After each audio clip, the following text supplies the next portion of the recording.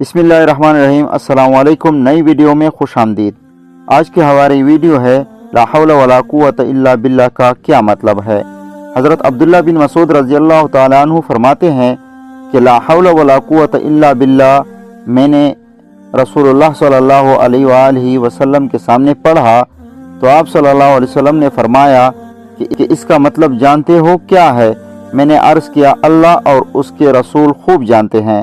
آپ صلی اللہ علیہ وسلم نے خود ہی ارشاد فرمایا اس کا مطلب یہ ہے گناہ سے پھرنے کی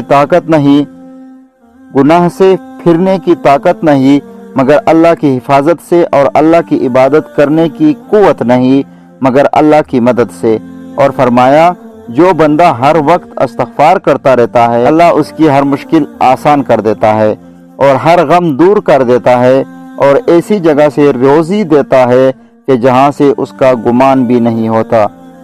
لا حول ولا قوت الا باللہ کے فوائد۔ نمبر 1، یہ کلمہ عرش کے نیچے جنت کا خزانہ ہے اور جنت کی چھت عرش الہی ہے۔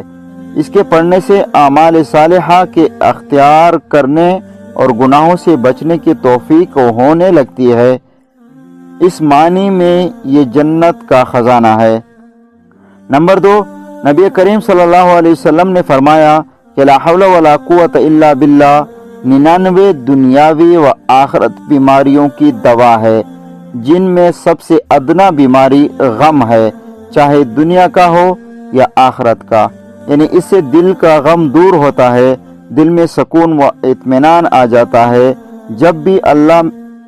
جب بھی دل میں پریشانی و غم محسوس کرو تب ایک جگہ بیٹھ کر 100 دفعہ یا اس سے زیادہ دل میں دھیان توجہ سے پڑھے، انشاءاللہ دل میں سکون و اطمینان آ جائے گا۔ نمبر 3، جب بندہ اس کلمہ کو پڑھتا ہے تو اللہ تعالیٰ عرش پر فرشتوں سے فرماتے ہیں میرا بندہ فرما بردار ہو گیا اور سرکشی چھوڑ دی۔ یہ نعمت کیا کم ہے کہ بندہ زمین پر یہ کلمہ پڑھتا ہے اور حق تعالیٰ عرش پر فرشتوں کے مجمع میں اس کا ذکر فرماتے ہیں۔ اللہ تعالیٰ ہمیں اچھی باتیں سننے کی توفیق عطا فرمائے اور اچھی باتوں پر عمل کرنے کی توفیق عطا فرمائے۔ آمین ثم آمین یا رب العالمین۔ دوستو، اگر ویڈیو آپ کو اچھی لگے تو لائک اور شیئر ضرور کیجیے اور چینل کو سبسکرائب کرنا نہ بھولیے تاکہ میں جو بھی ویڈیو اپلوڈ کروں اس کے نوٹیفیکیشن آپ تک ضرور پہنچے۔ شکریہ، والسلام۔